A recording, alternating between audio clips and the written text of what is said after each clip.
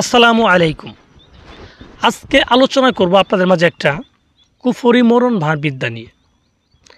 যে ভানবিদ্যাটা প্রয়োগ করে আপনার কাঙ্ক্ষিত শত্রুকে মাত্র ৩ দিনের ভিতরে মেরে ফেলতে পারবেন, প্যারালাইসিস করতে পারবেন, পাগল বানিয়ে রাস্তায় রাস্তায় বের করতে পারবেন এই তাবিজটার মাধ্যমে।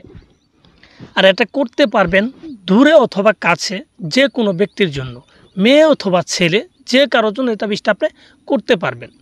কিন্তু একটু খেয়াল করতে হবে যার জন্য করতেছেন সে আপনার প্রকৃত শত্রু কিনা। কারণ প্রকৃত শত্রুর জন্য এটা করতে পারবেন।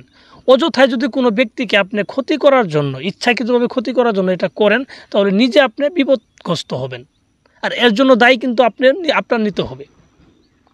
তো ভিউয়ার্স, যারা প্রকৃত পক্ষে কোনো ব্যক্তির মাধ্যমে অত্যাচারিত হয়েছেন বা প্রতারিত হয়েছেন, তো সেই সুবাদে যদি তাকে কোনো ক্ষতি করতে চান, তাহলে আপনার জন্য এই তাবিজটা আমার অনুমতি আছে।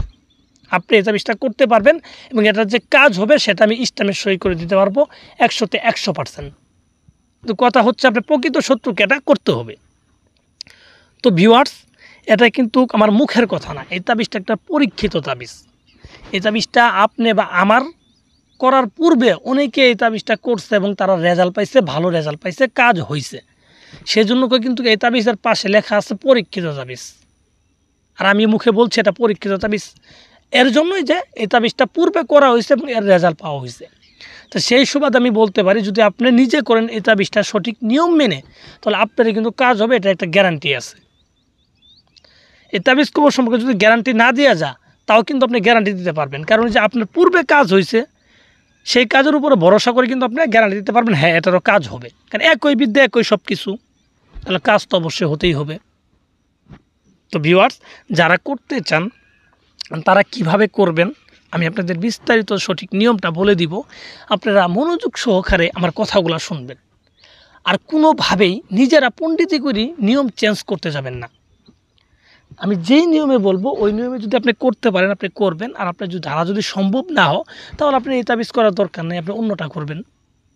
কিন্তু সঠিকভাবে করবেন, যেটাই করেন সঠিকভাবে করার চেষ্টা করবেন। তাহলে আপনি যদি একটা তাবিজ লিখেন একটাই কাজ হবে। আর নিয়ম ব্যতীত যদি আপনি 10টা তাবিজও লিখেন, তাহলে কোনো তাবিজে আপনার কাজ হবে না।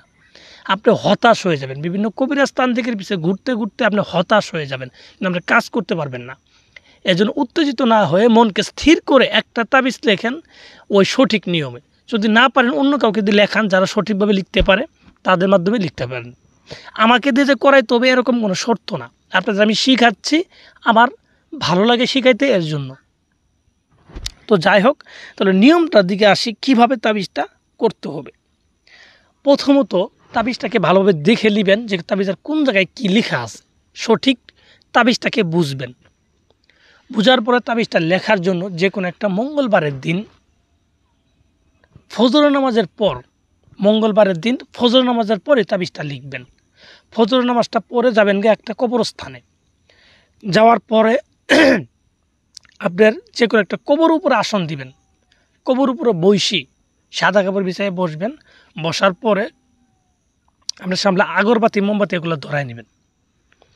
ধরায় নেওয়ার পর এই তাবিজটাকে একটা শুয়োরের চামড়ায় লিখতে হবে। শুয়োর, হিন্দুরা যে খায় শুয়োর, এই শুয়োরের চামড়ার উপরে এই তাবিজটা লিখতে হবে একটা লোহা দিয়ে।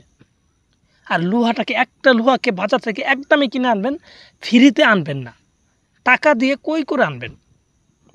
একটা লোহা কিনে আনবেন একদমই, এক দোকান থেকে কিনে আনবেন। আনার পরে শুয়োরের চামড়ার উপরে এইভাবে 2টা তাবিজ লিখবেন, যেইভাবে আমি লিখছি। এভাবে 2টা তাবিজ লিখার পর আপনি তাবিজের নিচে যেখানে নামগুলা দেওয়া আছে সেখানে শত্রুর নাম এবং শত্রু বাবার নাম লিখতে হবে। তো এই নামগুলো লিখে দেবেন সঠিকভাবে। লিখে দেওয়ার পর আপনি এই 2টা তাবিজকেই একটা কালো কাপড় দিয়ে পেঁচাবেন। কালো কাপড় দিয়ে পেঁচাবেন। পেঁচানোর পর একটা তাবিজকে আপনি যে কোনো একটা পাথরের নিচে চাপা দিয়ে রাখবেন, একটা তাবিজ দেওয়ার পর আরেকটা তাবিজ যে থাকবে সেই তাবিজটাকে একটা কলা গাছকে ফালটা করে, ঠিক আছে, মানে জ্যান্ত কলা গাছকে ফালটা করে মাঝখানে মানে মাঝখানে ঢুকাই দেবেন আর কি, কলা গাছের ভিতরে দিয়ে পরে লাল কাপড় দিয়ে কলা গাছটাকে পেঁচিয়ে রাখবেন। পেঁচিয়ে রাখার পরে দেখবেন সর্বোচ্চ 3 দিনের ভিতরে কলা গাছটা পচন ধরছে, তখন বুঝবেন আপনার শত্রু পচন ধরছে। কলা গাছ